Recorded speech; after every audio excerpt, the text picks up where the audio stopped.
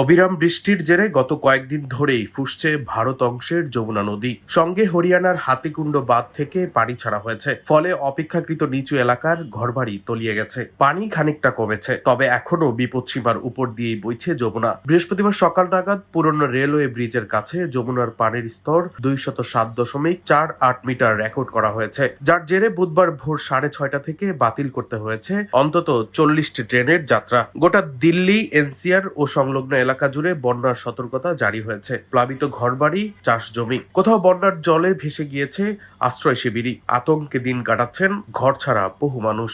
মঙ্গলবার যমুনা বাজার এবং লোকালয়ে ঢুকে পড়ে বন্যার জল। বেশিরভাগ এলাকাতেই জল কোমর ছুঁয়েছে। ইতোমধ্যে ময়ূর বিহারের কাছে নির্মিত আশ্রয় শিবিরটিও বন্যার জলে প্লাবিত হয়ে গেছে। দিল্লির প্রাচীনতম শ্মশান নিগমবোধ ঘাট কার্যত জলের তলায়। নয়ডাতেও বন্যার জলে ডুবে গিয়েছে বহু কৃষিজমি ও ঘরবাড়ি। রাজস্ব বিভাগ সূত্রে জানা যায় 8,018 জনকে নিরাপদ তাঁবুতে স্থানান্তরিত করা হয়েছে। 2030 জনকে পাঠানো হয়েছে 13টি স্থায়ী আশ্রয় কেন্দ্রে।